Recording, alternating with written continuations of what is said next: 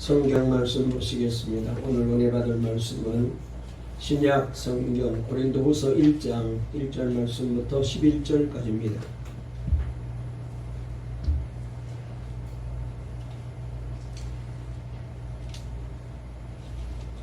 우리가 지난 주일까지 룻기서를 다 읽어서 오늘 이 시간 저는 고린도후서 말씀을 보려고 합니다.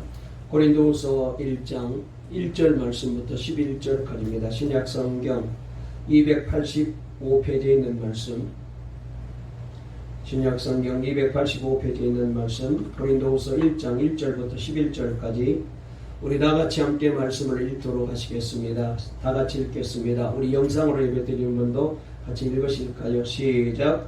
하나님의 뜻으로 말미암아 그리스도 예수의 사도된 바울과 형제 디모데는 고린도에 있는 하나님의 교회와 또 온 아가야에 있는 모든 성도에게 하나님 우리 아버지와 주 예수 그리스도로부터 은혜와 평강이 있기를 원하노라. 찬송하리로다. 그는 우리 주 예수 그리스도의 하나님이시여 자비의 아버지시여 모든 위로의 하나님이시며 우리의 모든 환난 중에서 우리를 위로하사 우리로 하여금 하나님께 받는 위로로서 모든 환난 중에 있는 자들을 능히 위로하게 하시는 이시로다. 그리스도의 고난이 우리에게 넘친 것 같이 우리가 받는 위로도 그리스도로 말미암아 넘치는도다. 우리가 환난 당하는 것도 너희가 위로와 구원을 받게 하려는 것이요 우리가 위로를 받는 것도 너희가 위로를 받게 하려는 것이니 이 위로가 너희 속에 역사하여 우리가 받는 것 같은 고난을 너희도 견디게 하느니라. 너희를 위한 우리의 소망이 견고함은 너희가 고난에 참여하는 자가 된 것 같이 위로에도 그러할 줄을 알미라. 형제들아, 우리가 아시아에서 당한 환난을 너희가 모르기를 원하지 아니하노니 힘에 겹도록 심한 고난을 당하여 살 소망까지 끊어지고 우리는 우리 자신이 사형 선고를 받은 줄 알았으니 이는 우리로 자기를 의지하지 말고 오직 죽은 자를 다시 살리시는 하나님만 의지하게 하심이라. 그가 이같이 큰 사망에서 우리를 건지셨고 또 건지실 것이며 이후에도 건지시기를 그에게 바라노라. 너희도 우리를 위하여 간구함으로 도우라. 이는 우리가 많은 사람의 기도로 얻은 은사로 말미암아 많은 사람이 우리를 위하여 감사하게 하려 함이라. 아멘. 할렐루야. 오늘 이 시간 예배 오신 분들이나 영상으로 예배 드리는 우리 모든 분들에게 다시 한번 하나님께서 위로해 주시고 은혜 주실 줄 믿습니다. 우리 앞뒤 좌우에 있는 분 가면 인사를 나누실까요? 8월달을 맞이했습니다. 하나님이 함께 하십니다. 인사하실까요? 시작. 건강하고 복된 한 달 되세요. 오늘도 말씀으로 힘을 얻으세요. 주님은 여전히 우리를 사랑하십니다. 아멘. 오늘 설교 제목 한번 따라해 보실까요? 환난은 우리를 더 강하게 만듭니다. 다시 한번요. 환난은 우리를 더 강하게 만듭니다. 오늘 이 제목으로 말씀을 드릴 때에 우리 모두에게 은혜가 될 줄로 믿습니다. 전에 캐나다 밴쿠버 서쪽에서 잡은 물고기들을 캐나다 동부 토론토의 수족관으로 옮기는 그런 대작전이 벌어진 적이 여러 번 있었습니다. 큰 수족관에다가 산소 공급을 하고 주기적으로 먹이를 주면서 이 대륙 횡단을 하게 된 것입니다. 빨리 가면은 한 5일 정도 걸리고 늦어지면은 한 7일 정도 걸리는 그런 먼 길이죠. 그런데 이렇게 걸려서 토론토에 도착해 보니 물고기가 다 죽어 있었습니다. 그래서 산소가 부족했는지 아니면은 먹이를 너무 많이 줬는지 문제점을 찾아 보완하여 다시 물고기를 옮기게 되었습니다. 그런데 두 번째도 도착해 보니 물고기들이 다 죽어 있었어요. 원인이 무엇인지 생각하다가 한 사람이 번뜩이는 아이디어를 하나 생각해냈는데 이번에는 물고기만 넣을 것이 아니라 이 물고기를 무지하게 귀찮게 하는 문어와 오징어를 같이 넣어서 한번 옮겨보자라고 아이디어를 낸 거예요. 정말로 그렇게 했더니 일주일 동안 대륙 횡단을 했는데도 물고기들이 아주 싱싱하게 살아 있더랍니다. 앞의 경우는 가만히 있어도 알아서 먹이도 주고 그리고 숨을 쉽게 해주니까 이 물고기들이 운동 부족으로 다 죽어버렸던 것입니다. 그러나 세 번째 작전 때는 물고기에게 오징어가 달라들고 문어가 잡아먹으려고 감고 쫓아다니니까 물고기들이 이리 피하고 저리 피하고 여기저기 도망다니다가 보니까 물고기들이 싱싱하게 일주일 동안 살아 있더라는 겁니다. 여러분, 우리 인생에도 어두운 밤이 있습니다.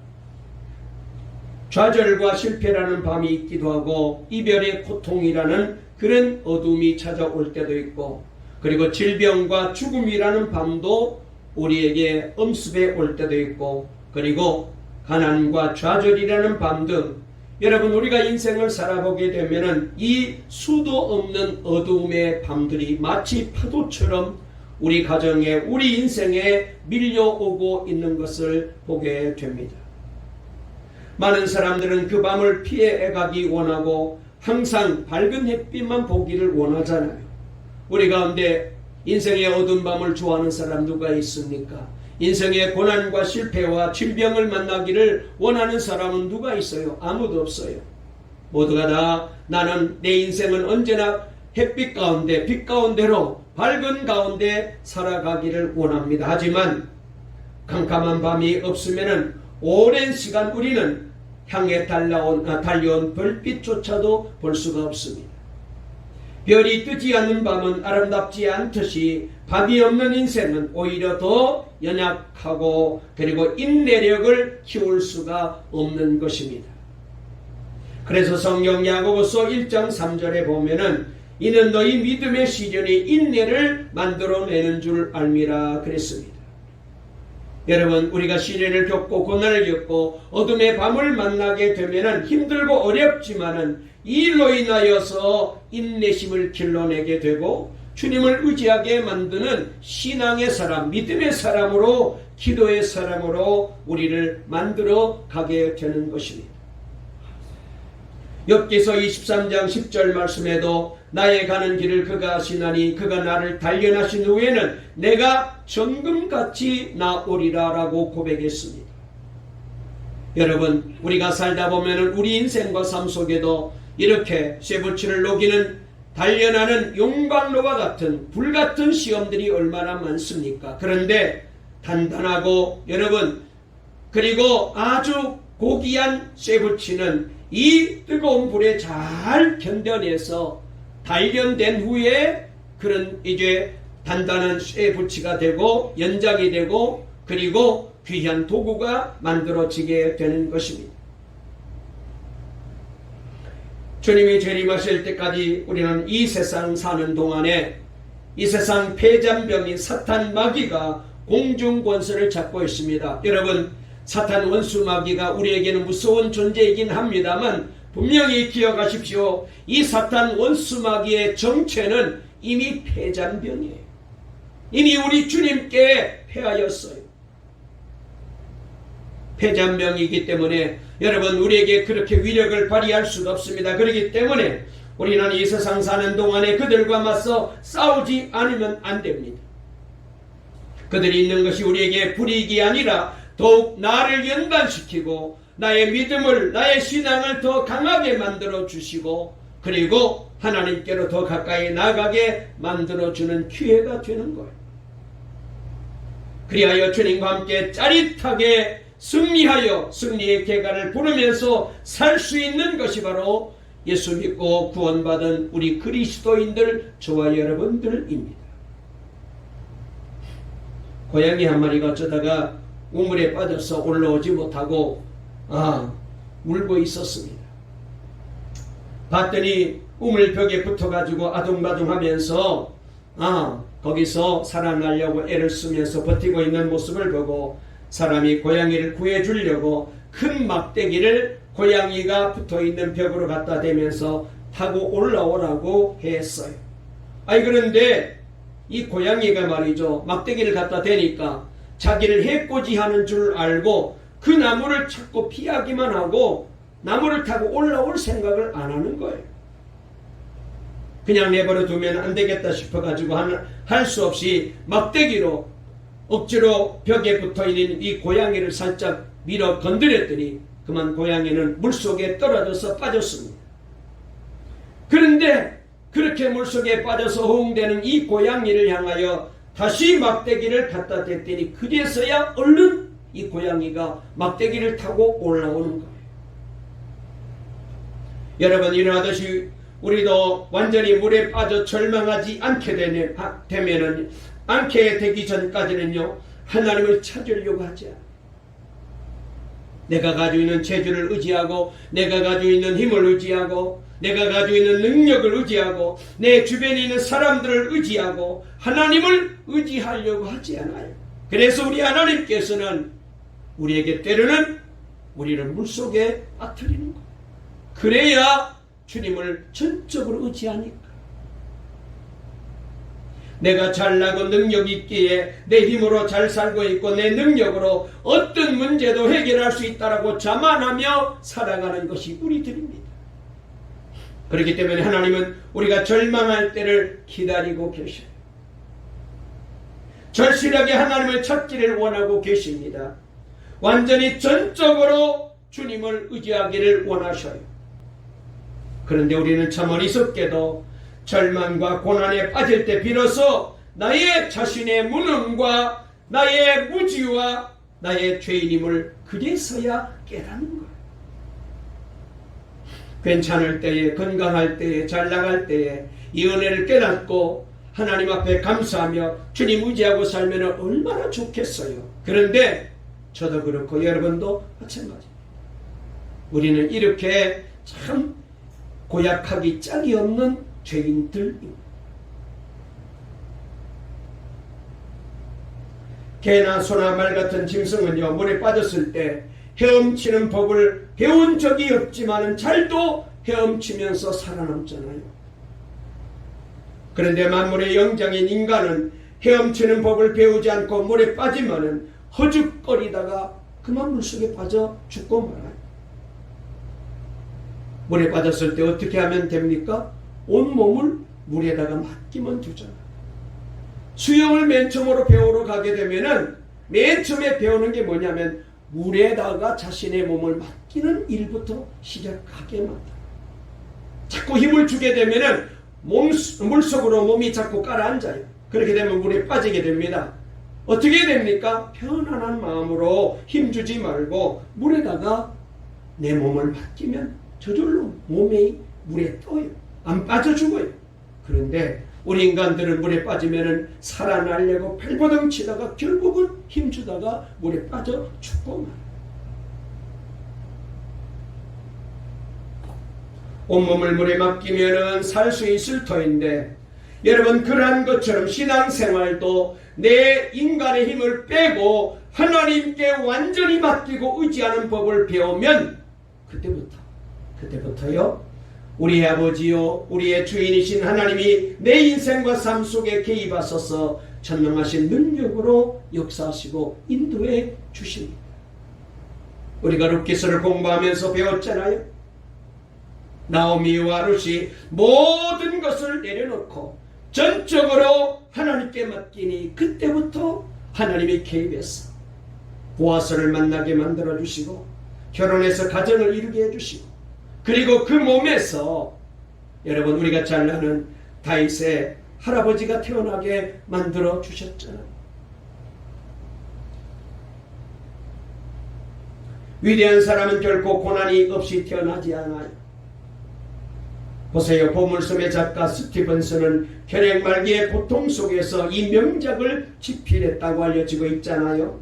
테레사 소녀는 평생 자신을 괴롭힌 만성 두통을 참아가며 그렇게 인도에서 사랑을 베풀어 성녀라고 모든 세상 사람이 존경하게 되었습니다. 파스칼도 청년 시절부터 괴롭힌 온몸의 통증을 이겨내며 방세를 남겼습니다. 베토벤도 청각장애 고통 속에서 불후의 명곡을 만들어내었습니다. 선교사 마틴은 폐결핵과 악전고투하며 인디언들에게 복음을 전하여서 인디언을 복음화시켰어요. 유명한 프랑스의 화가 르누아르는 루머티즘의 고통을 이기며 그림을 그려 세계적인 명작을 만들어낸 거예요. 구세건 운동을 주도한 캐더린 부스는 이런 말을 했습니다. 내 삶에 있어서 단 하루도 고통스럽지 않는 날이 없었어. 여러분, 이 부스가 고백하는 것처럼 저와 여러분도 지금 그런 삶을 살고 있어요. 여러분, 오늘 이 자리에 오신 분 가운데, 우리 예배드리는 성도 가운데 지난 한 주간 살면서 힘들지 않은 분 계셨던가요? 정말로 행복했던 시간만 있었던가요? 아니었을 거예요. 그렇습니다. 우리 인생과 삶 속에는 단 하루도 고통스럽지 않은 시간이 없어요.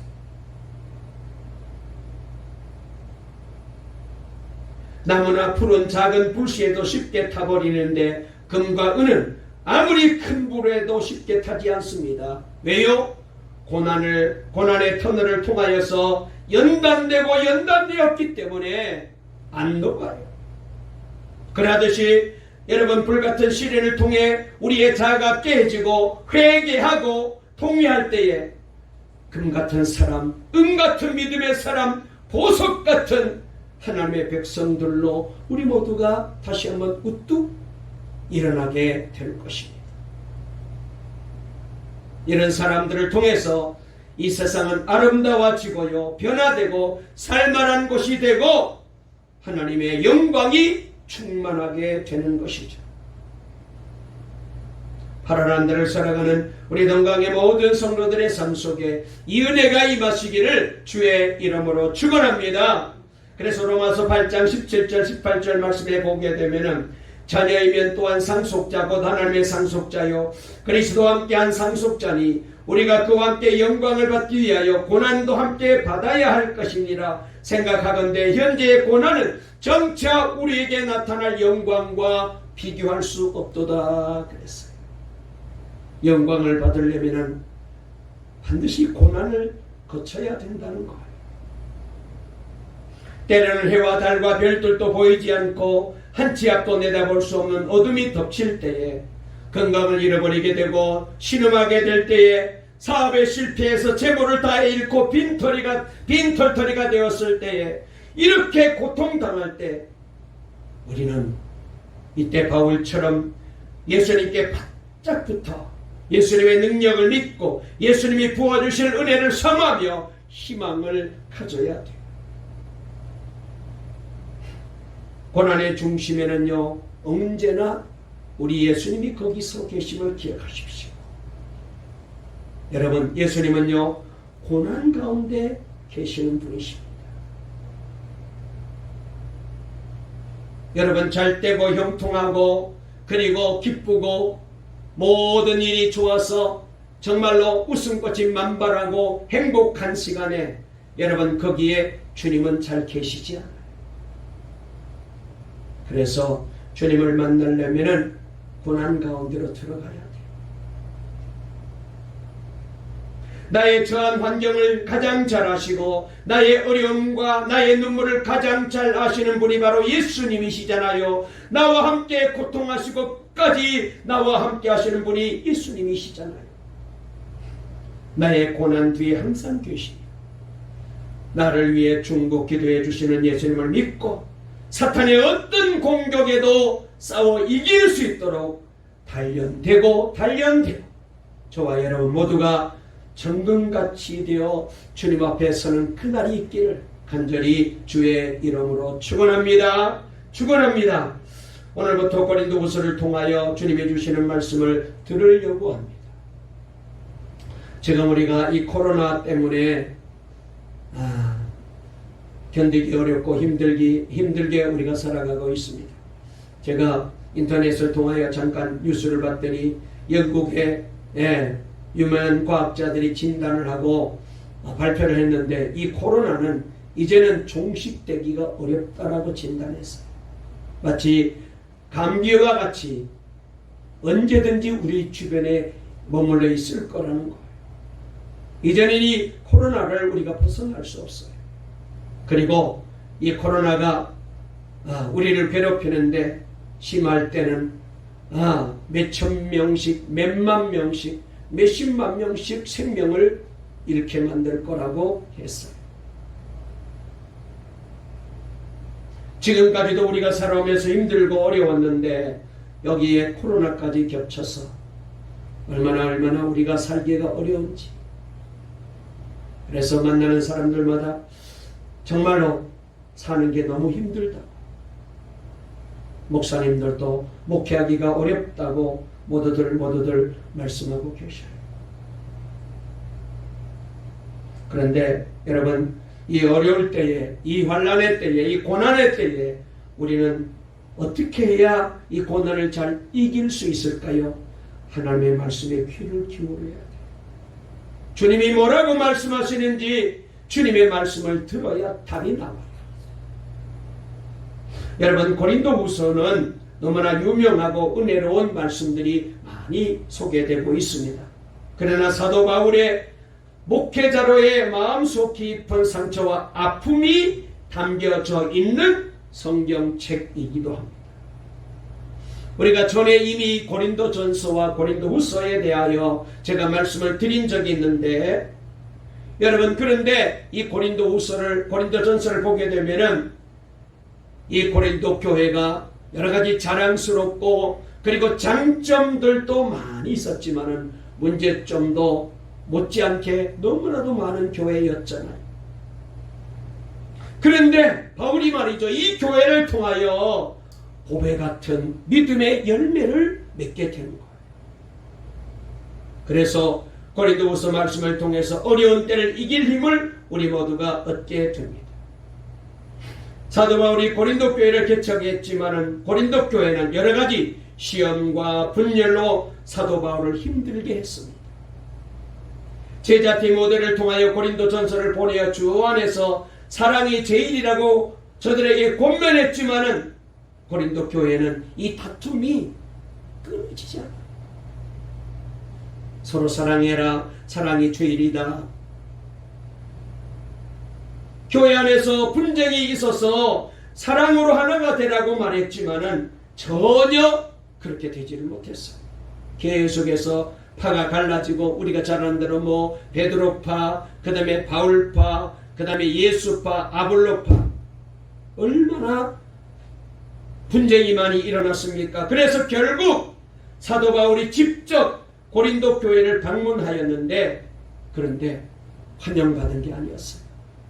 일부 교인들이 이 사도 바울이 고린도 교회에 찾아오자 얼마나 심한 공격과 배척을 했는지 견딜 수 없을 만큼 모욕을 당한 거예요. 자기가 세운 교회 성도들에게 이렇게 배척을 당하고 이렇게 비난을 받을 때에 여러분의 심정은 어떻겠어요?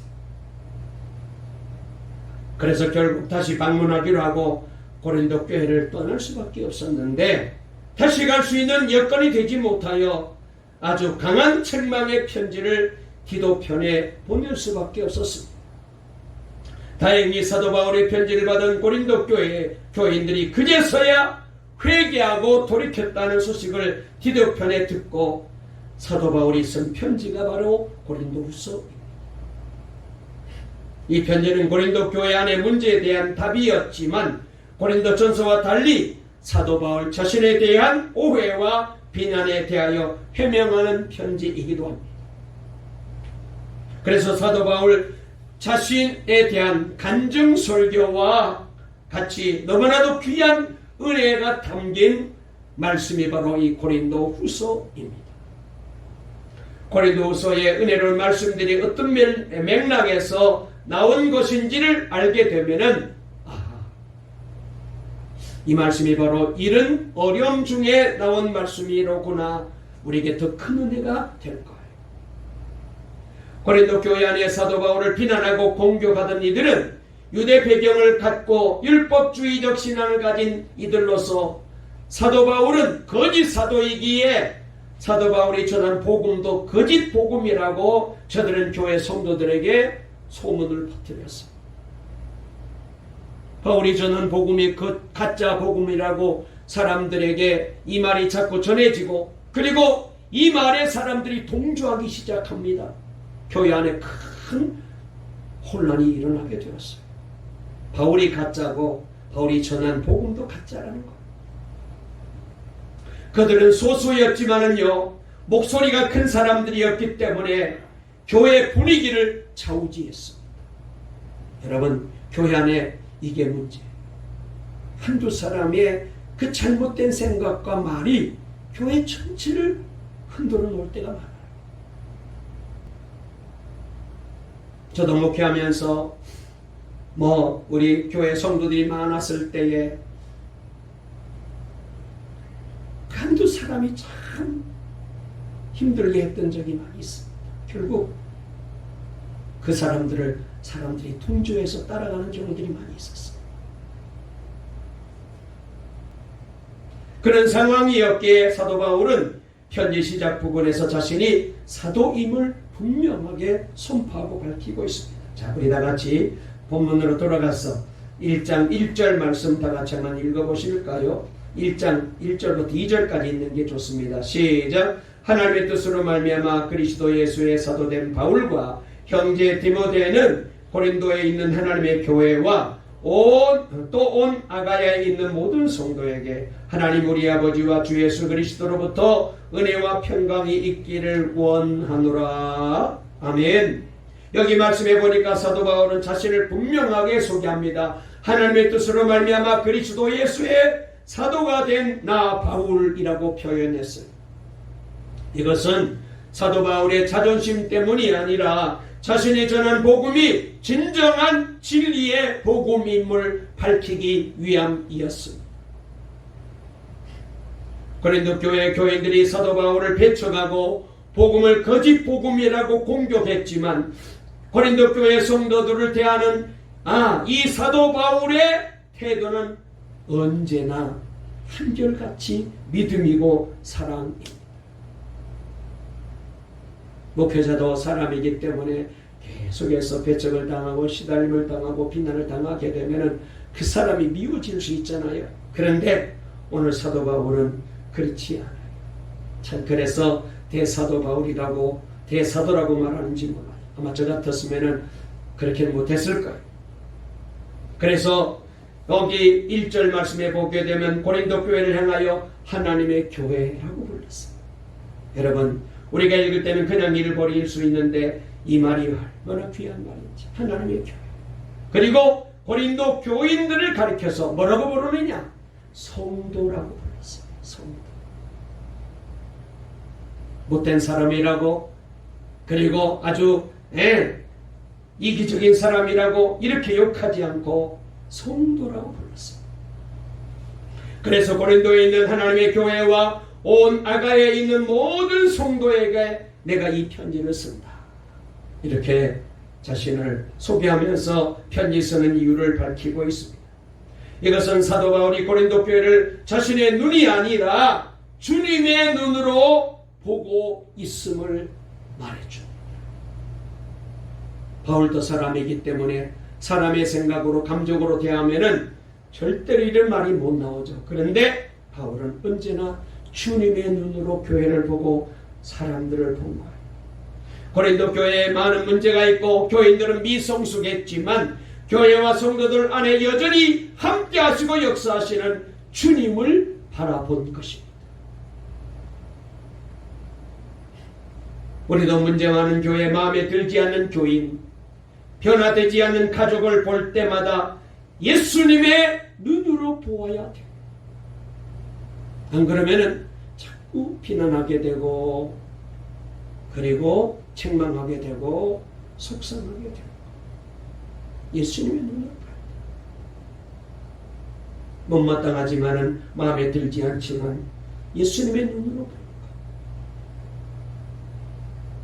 목사의 마음, 교인의 마음, 남편의 마음, 아내의 마음, 아버지의 마음, 어머니의 마음으로는 안 돼요.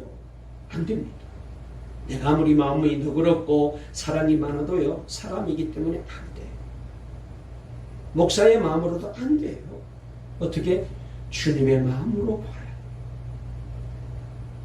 한번 따라해 보실까요? 이제부터 모든 사람을 주님의 마음으로 보고 대하겠습니다. 아멘. 분명히 말했어요. 그러면 받아들일 수 없는 사람이 없고요, 이기지 못할 시험도 없고요, 그리고 이해하지 못할 문제도 없는 것.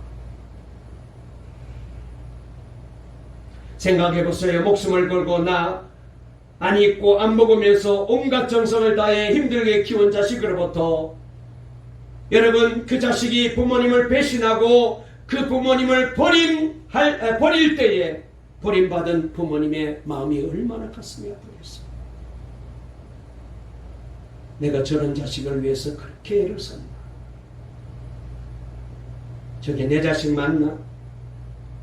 그러하듯이 자신이 개척한 교회와 자신이 전도에서 세례를 준 영적 자녀들인 이 교인들로부터 오해와 비난을 받는 사도 바울의 마음이 얼마나 힘들었겠어. 그럼에도 사도 바울은 주님을 바라보았기에 하나님을 찬양하고 저들을 향하여 당신들은 성도들입니다, 이렇게 말하는 거예요. 자, 우리 다같이 그래서 바울이 어떻게 합니까? 3절을 읽어볼까요? 다같이 읽습니다. 시작. 찬송하리로다. 그는 우리 주 예수 그리스도의 하나님이시여 자비의 아버지시여 모든 위로의 하나님이시며 그랬습니다. 오늘 여기 사도 바울은 그래서 우리 주 예수 그리스도의 아버지신 하나님을 찬양합니다, 이렇게 우리에게 말씀하고 계십니다. 오늘 우리 장로님이 기도하셨는데 참 기도가 너무 감동이 되었어요.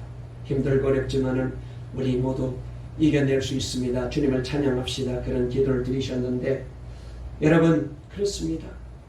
우리도 주님을 찬양하며 이 고난을 이겨나갈 수 있게 되시기를 바랍니다. 그러니까 사도 바울이 믿는 하나님은 저 먼 하늘 끄트머리에 계시는 그런 하나님이 아니라 언제나 함께 하시는 하나님을 바라보고 믿은 거예요. 그 하나님으로부터 위로를 받으니 환난 중에도 하나님을 찬양할 수 있었던 거예요. 사도 바울은 자신을 변호해야 했기에 서신 앞부분에서 자신이 당한 고난에 대한 이야기를 하고 있습니다. 자, 뭐라고 얘기합니까? 우리 다같이 5절 말씀 한번 읽어보시겠습니다. 시작. 그리스도의 고난이 우리에게 넘친 것 같이 우리가 받는 위로도 그리스도로 말미암아 넘치는도다. 아멘. 그리스도의 고난이 우리에게 넘치는 것 같이라는 말은 예수님을 믿고 주님을 증거하려면 고난이 닥친다는 말이죠.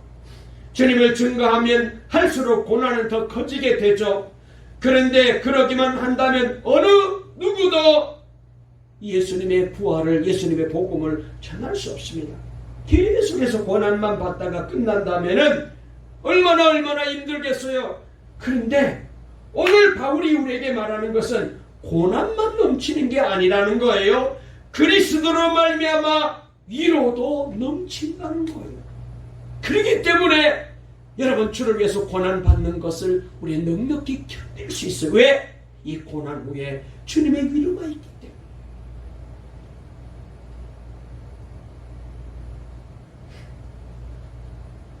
스데반이 부활의 주님을 증거하다가 돌에 맞아 순교할 때 그는 보좌에 앉으신 하나님과 서서 내려다보시는 예수님을 보지 않았습니까?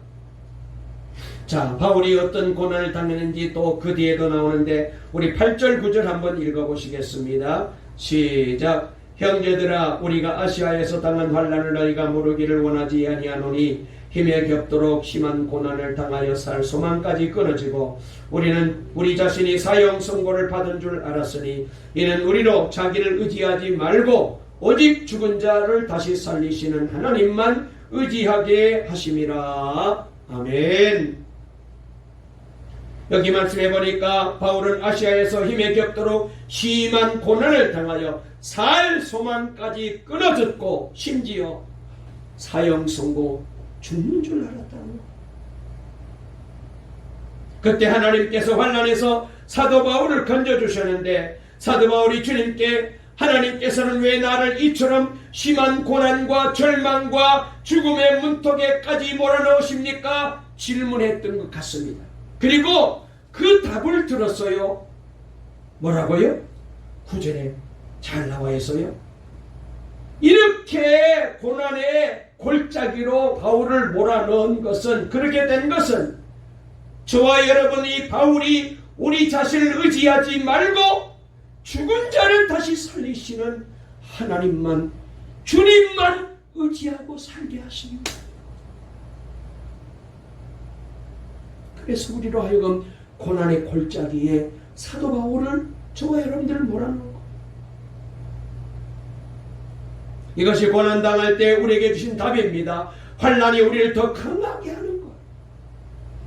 자신을 의지하지 말고 죽은 사람을 살리시는 하나님을 의지하게 하려고 환난도 있다는 것을 깨닫고 나니, 아하, 환난이 있구나.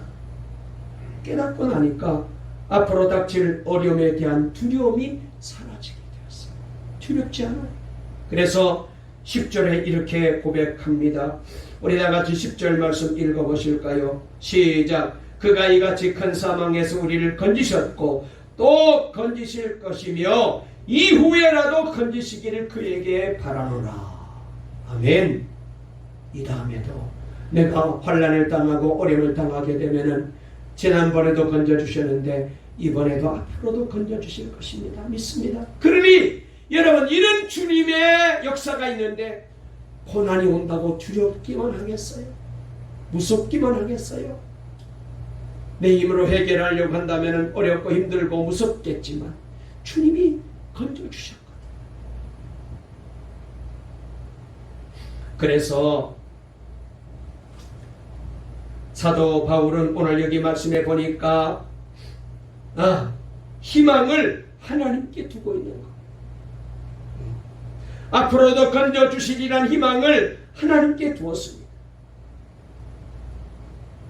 여러분, 제가 여러 번 말씀을 드렸는데 지금 중국에서 사역하시던 한국 선교사님들 대부분 다 추방당했어요. 제가 선교위원장으로 있을 때 우리 교단에서 선교사 중에 야간 선교사가 파송된 나라가 한 70개 나라가 됐는데 그 중에 중국의 선교사를 제일 많이 보냈습니다.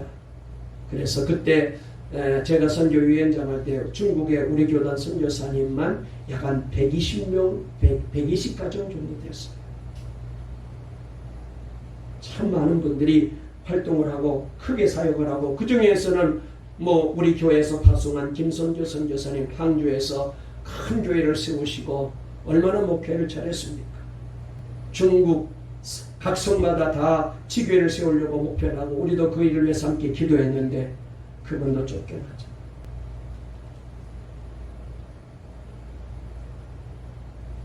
그런데 이미 공산혁명 때부터 중국에서 사역하던 서양 선교사님들이 다 추방당했던 일이 있습니다. 그때는 중국 교회가 이제 선교사님이 다 중국 땅에서 쫓겨났으니까 중국은 이제 완전히 절망의 땅이 되겠구나. 웬걸. 선교사들이 없는데 저들이 뿌리는 그 복음의 씨앗을 통하여 중국 안에서 중국 교회가 더 강하게 일어났어요. 고난은 우리를 강하게 만듭니다. 사도 바울은 그 희망이 자신만 아니라 당시 교회와 성도들을 위한 희망임을 알았습니다. 예수님을 믿고 전하면 고난을 당할 수밖에 없지만 주님은 넉넉히 이길 위로를 주신다는 것을 바울은 보고 확신하게 되었습니다. 그래서 사도들은 환난이나 시험이 닥칠 때 오히려 즐거워하고 기뻐하라고 하는 것입니다. 로마서 5장 3절 4절에 우리가 환난 중에도 즐거워하나니 이는 환난은 인내를, 인내는 연단을, 연단은 소망을 온전히 이루는 줄 알미로다.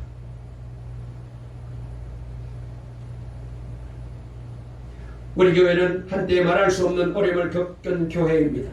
그런 어려움 때문인지 지금 남아 계시는 우리 장로님을 비롯하여 집사님, 권사님, 모든 성도님과 청녀들은 믿어지지 않을 만큼 믿음의 용사들로 변화되었습니다. 저는 그렇게 보고 있습니다. 지금도 아픔은 남아있지만 이제 우리 교회는 고난을 이겨내는 자랑스러운 전통을 이어가는 아름다운 교회로 세워질 것. 사랑하는 여러분, 환난은 주 안에 있는 우리를 망하게 하는 것이 아니라 더 강하게 만들어. 루스 우스터만이라는 화가가 아이들이 벽에다가 낙서를 하면 혼내지 않고 마음대로 낙서하게 내버려 두었대요.